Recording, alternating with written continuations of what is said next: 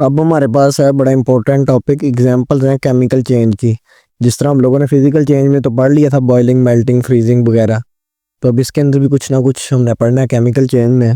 तो chemical change में सबसे पहले उसने एग्जांपल दी है रेस्पिरेशन की, जो कि हमने पीछे पढ़ी हुई है और बड़ी इजी है।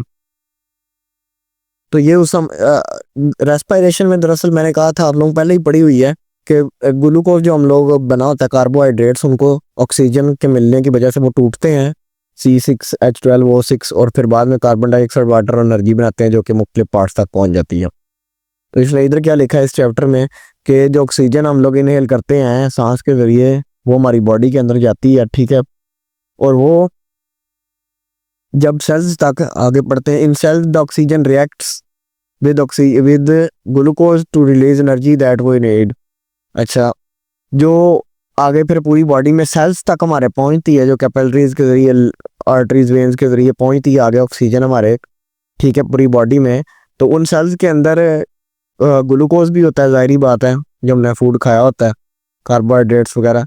तो वो उस ग्लूकोज के साथ जाके ऑक्सीजन के सेल्स के अंदर जाके वो ऑक्सीजन क्या करती है, ग्लूकोज के साथ रिएक्ट करती है, जिसके नतीजे में हमारे पास एनर्जी क्या होती है, रिलीज होती है, जो कि हमारी बॉडी को चाहिए होती है काम करने के लिए, मुशक्कत करने के लिए, ठीक है। तो इस प्रोसेस को हम लोग रेस्पिरेशन कहते हैं। उसके साथ हमारे पास कार्बन डाइऑक्साइड और वाटर भी बनता है। उसके बाद हमारे पास कंबस्चन भी पढ़ते हैं, कंबशन भी पढ़ते हैं, जो मर्जी पढ़ लो। वैसे ज़्यादातर इसकी प्रोनाउंसिएशन कंबस्चन ही है, कंबशन नहीं है, ठीक है। गूगल वगैरह भी यही देते हैं, कर सर्च करना अगर किसी ने देखना। तो इसके अंदर भी कंबस्चन में इसने थोड़ा सा मुख्तलिफ लिखा है वैसे, चलो लेकिन बुक को फॉलो ही करते हैं कि वो वाले मटेरियल जिनको आग लगने से, यानी कि शोला बड़ा कुछ है, यानी कि उसी को जिस तरह ही उनको थोड़ी सी शोला मिले, वो इजीली जल जाए, बर्न हो जाए, उनको हम लोग उसको हम लोग कहते हैं कम्बस्टेबल मटेरियल या कंबस्चन हो रही है। जिसकी मिसाल हमारे पास वुड, पेपर, लकड़ियाँ वगैरह, कोल, कॉटन, ठीक है, ये रुई वगैरह जो होती है, ये क्या करती हैं, इजीली बर्न हो जाती हैं जिस तरह इनको थोड़ा सा शोला मिले। इग्निशन कहते हैं, चिंगारी सी मिले, ठीक है, चिंगारी जैसे ही मिले तो इनको आग लग जाती है इजीली, और ये फिर क्या करते हैं, एनर्जी को रिलीज करते हैं, हीट एनर्जी। असल में ये कंबस्चन जो जलने का है ना प्रोसेस, यही बर्निंग ऑफ फ्यूल्स, ये असल कंबस्चन है, ठीक है। कंबस्चन का रिएक्शन भी कहें तो फिर भी आप लोगों ने ये वाला ही लिख देना है, ये वाला, ठीक है। दोनों एक ही रिएक्शन है, बस ये थोड़ा सा वर्ड इक्वेशन लिख दी और ये दूसरी तरह केमिकल इक्वेशन उसने लिख दी। सेम है, मैं बताता हूँ आपको कि बर्निंग ऑफ फ्यूल्स होते हैं कि वो चीज़ जो हमारे पास जले, ठीक है। ऑक्सीजन जिस तरह ही उसको मिले, चिंगारी उसके ऊपर पड़े, ऑक्सीजन की मौजूदगी में उसके ऊपर चिंगारी पड़े और वो जल जाए, इसको हम लोग क्या कहते हैं, वो हमारे लिए एक किस्म का फ्यूल का काम करती है, ठीक है। जिस तरह अब लकड़ियों को हम लोग जिस तरह ही तीली लगाएं या नीचे उनके कागज़ रखें, जलने दें, तो वो ऑक्सीजन वैसे ही हवा में प्रेजेंट होती है, तो उनको उसी वक्त आग लग जाती है। और उस कंबस्चन के नतीजे में जब ये फ्यूल और ये ऑक्सीजन मिलती है, ये मीथेन एक किस्म का फ्यूल ही है, नेचुरल गैस, ठीक है। इसको छोड़ दें, ये पढ़ लेते हैं, पहले मैं समझा रहा हूँ।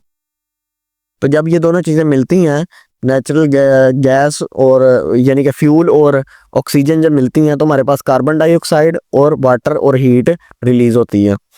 अच्छा, अब फ्यूल क्या है, फ्यूल एक ऐसा सब्सटेंस है जो जले और हमें हीट या लाइट प्रोड्यूस करके दे, ठीक है। वो चीज़ हमारे पास फ्यूल के तौर पे काम होती है। अब फ्यूल में क्या होता है, wood, coal, oil, petrol, natural gas, जिसको मीथेन भी कह रहे हैं, ठीक है। When fuel burns the main products are carbon dioxide, water plus useful energy, for example, ये उसने पढ़ लिया। यानी कि वो वाली चीज़ जो जले और हीट या लाइट प्रोड्यूस करे, तो उसको हम लोग फ्यूल के तौर पे इस्तेमाल कर सकते हैं, और वो फिर क्या करती है, कार्बन डाइऑक्साइड, वाटर और हीट हमारे पास प्रोड्यूस करके देती है।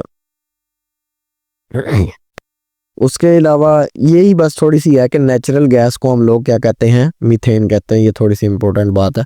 तो इसकी इक्वेशन ये वाली है, मीथेन का फार्मूला CH4 होता है, ऑक्सीजन का O2 होता है, कार्बन डाइऑक्साइड CO2 और वाटर H2 और हीट को हीट ही लिख देते हैं हम लोग, ठीक है। तो उसके अलावा ये थोड़ा सा बैलेंस भी करना आ जाना चाहिए आप लोगों को, तो वो बेहतर है, वो थोड़ा सा लंबा काम होता है। लेकिन ये एक इक्वेशन है तो इसको वैसे ही याद कर लें, ये बैलेंस्ड ही है ये, यानी कि यहाँ पे 2 लगा देना, यहाँ पे 2 लगा देना, सारे रिएक्टेंट प्रोडक्ट बराबर हो जाए। ये पढ़ लेते हैं। Do you know fuels which can burn in air burn more fiercely in pure oxygen. इसमें वो यही कहना चाह रहा है कि जो फ्यूल्स हैं, ठीक है, जिस तरह कोल वुड वगैरह, वो क्या कहते हैं, एयर में जो बर्न होते हैं, एयर में बर्न हो तो जाते हैं हवा में, ठीक है, लेकिन अगर तो हवा कम थोड़ी आहिस्ता चल रही होगी तो उस वक़्त वो ज़्यादा यानी कि एफिशिएंटली वो जल जाएंगे। जिस तरह वो जब बाहर से में लकड़ियाँ जलाओ तो अगर हवा आएगी तो वो बंद हो जाएगी, लेकिन अगर तो हवा रुकी रहेगी तो फिर वो जल्दी जल्दी उसी वक्त जल जाएगी। तो कहते नहीं है कि हवा थोड़ा सा इधर होके खड़े हो ताकि इस साइड से हवा ना लगे लकड़ियों को, ताकि जल्दी जल जाए। यानी कि हवा की मौजूदगी में वो मुश्किल से जलती हैं, लेकिन ऑक्सीजन का भी होना ज़रूरी है। अब चांद पे जाके कहें कि लकड़ियाँ नहीं जल रही, वहाँ पे हवा नहीं है, तो वहाँ पे ऑक्सीजन भी कोई नहीं है, ठीक है, तो अकल से थोड़ा काम लेना। उसके बाद हमारे पास है impact of burning on environment. तो जलने का जो अमल है वो इन्वायरमेंट पे, हमारे माहौल पे क्या असर देता है। तो जब ये कार्बन डाइऑक्साइड है और ये वाटर जब बनते हैं तो ये क्या होता है, कार्बन डाइऑक्साइड जो गैस है ये भी बन रही है बर्निंग के नतीजे में, ठीक है, ये बर्निंग का ही प्रोसीजर हो रहा है, ठीक है।